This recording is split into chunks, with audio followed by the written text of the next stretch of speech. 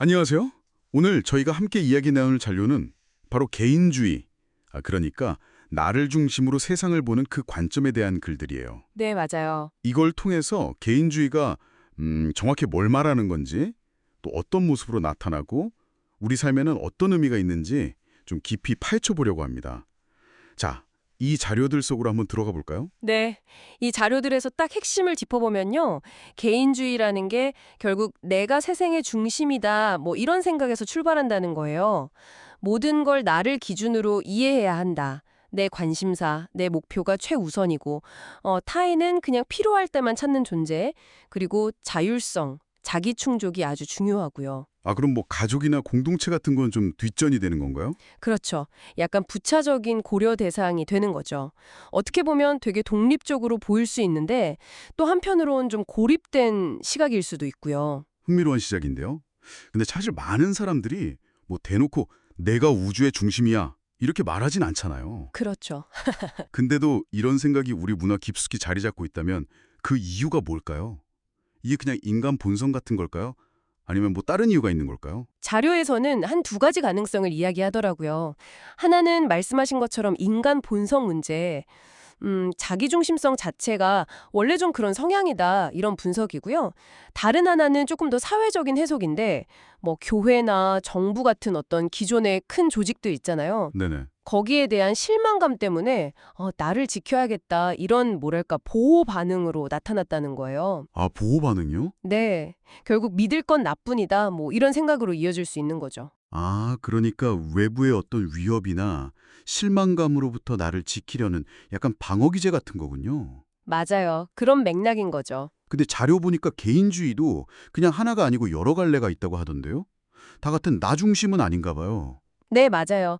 크게 두 가지 흐름을 딱 짚어주는데 첫 번째가 공리주의적 개인주의예요. 공리주의죠. 네, 이 사람들은 사회 시스템 안에서, 그러니까 정해진 규칙 안에서 개인의 성공과 성취, 키워드가 성공이죠. 이걸 추구하는 거예요. 시스템을 잘 이용하는 거네요. 그렇죠. 어떻게 보면 현실 적응력이 굉장히 높다고 할 수 있죠. 근데 이제 두 번째는 표현주의적 개인주의인데 여긴 좀 달라요. 표현주의적이요? 어떻게 다른가요? 이쪽은 규칙이나 뭐 전통 이런 것보다는 내 안에 어떤 독특함, 나만의 감정이나 생각을 표현하는 자유, 그리고 자아실현. 이게 훨씬 중요해요.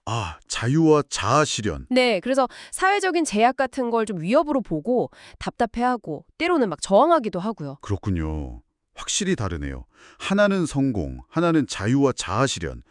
여기서 그럼 윤리 문제로 자연스럽게 좀 넘어가게 되는데요. 네네. 내 목적이 제일 중요해지면 그걸 이루기 위한 수단은 뭐든 괜찮다. 이렇게 생각할 수도 있다는 지적이 상당히 날카롭더라고요. 네, 바로 그 지점이죠. 내 목적 달성에 도움이 됐다면 그 방법은 뭐 정당화될 수 있다. 이런 논리가 성립될 위험이 있다는 거예요.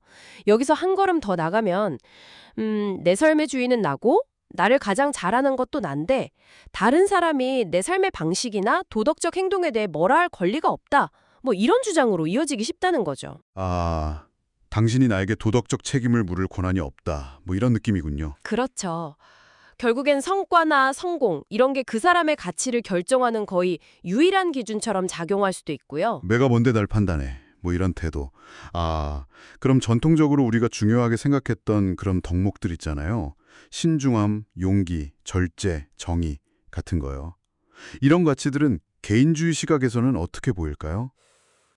전통 사상에서는 보통 내면의 덕을 닦아야 진짜 자유로워진다. 이렇게 봤잖아요. 네, 그렇죠. 근데 자료에 따르면 개인주의는 개인의 자유, 특히 외부적인 구속이 없는 선택을 최우선 가치로 두니까요. 오히려 자유를 제한하는 것처럼 보이는 외부의 것들, 예를 들면 타인의 기대나 사회 규범, 심지어 방금 말씀하신 그런 전통 미덕까지도 미덕까지도요. 네, 이런 것들을 극복하거나 좀 무시해야 할 대상으로 여기기 쉽다는 거죠.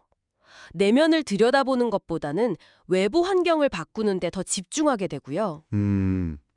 물론 개인주의라고 해서 다 문제점만 있는 건 아닐 텐데요. 자료에서도 분명히 긍정적인 측면들을 짚어주던데요. 그럼요, 그럼요.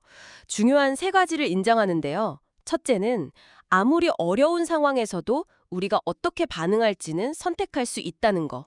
그 내적 자유와 또 그에 따르는 책임감을 강조하는 점. 이건 중요하죠. 네, 책임감.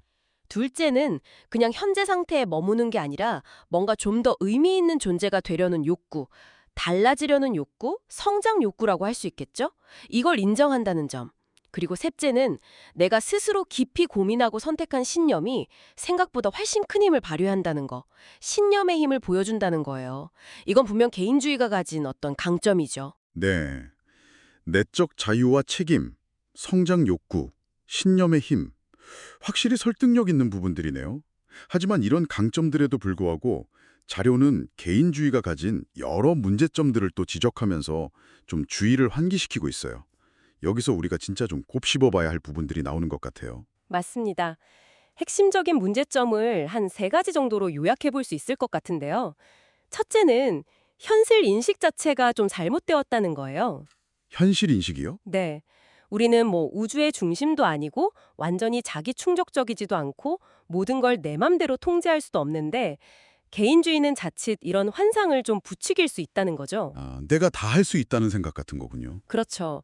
둘째는 인간 본성에 대한 오해가 있다는 거예요.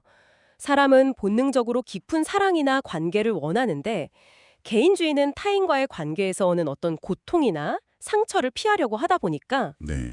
오히려 진정한 사랑에 필요한 어떤 개방성이나 취약성 이런 걸 두려워하게 만든다는 거죠. 결국에는 좀 고립을 자초하게 될 수도 있겠네요. 세 번째 문제점은 뭐였죠? 자유와 성취에 대한 관점이 좀 왜곡된다는 점인데요. 이게 뭐냐면 무엇을 위한 자유인가? 이걸 묻기보다는 그냥 무엇으로부터의 자유, 여기에만 너무 집중하게 된다는 거예요. 무엇으로부터의 자유. 네.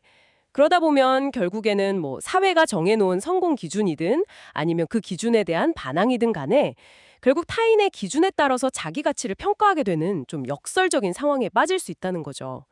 이게 진정한 자유라고는 좀 거리가 멀어지는 거죠. 그러네요. 진짜 자유를 추구했는데 결국 다른 형태의 기준에 얽매이는 셈이군요. 자료에서는 기독교 세계관이랑 비교하면서 이 지점을 더 분명히 하던데요. 네, 맞아요. 간략하게 비교를 하는데 개인주의는 당연히 나를 우주의 중심에 두지만 기독교는 하나님을 중심에 둔다는 거. 이게 가장 큰 차이겠죠. 그리고 개인주의 시각에서는 타인이 도구나 경쟁자로 보일 수도 있지만 기독교에서는 모두를 하나님 나라의 공동체 구성원, 즉 우리로 본다는 차이가 크고요. 나가 아니라 우리. 그렇죠. 개인의 가치도 성취가 아니라 하나님으로부터 온다고 보니까 이런 공동체 중심적인 이해 때문에 기독교는 개인주의와 좀 본질적으로 충돌할 수밖에 없다. 이렇게 설명하고 있어요. 네, 오늘 개인주의에 대해서 정말 여러 각도에서 깊이 살펴봤네요. 개인의 자유와 책임이라는 굉장히 매력적인 면도 있지만 동시에 현실 왜곡이라든지 고립의 문제, 또 어떻게 보면 타인 의존적인 가치 평가라는 그런 함정들도 안고 있는 복잡한 세계관이라는 걸 알 수 있었습니다. 이 세계관이 지금 여러분의 삶에는 어떤 영향을 미치고 있는지 한번 스스로 점검해보는 그런 계기가 되셨기를 바랍니다. 마지막으로 자료에서 던졌던 질문을 제가 조금만 비틀어서 여러분께 한번 질문을 드려보고 싶어요. 자료에서는 내가 통제할 수 없다면 대체 누가 통제하는가? 이런 질문을 던졌거든요. 네. 근데 여기서 한 발 더 나아가서 만약 우리의 가치가 오롯이 나 자신의 성취나 내가 내린 정의에만 달려있는 게 아니라면 그렇다면 정말 흔들리지 않는 진정한 가치는 어디에서 찾을 수 있을까요? 그리고 그 답이 혹시 우리 자신과 또 타인을 대하는 방식을 어떻게 바꿀 수 있을지 한 번쯤 고민해 보시면 어떨까 싶습니다.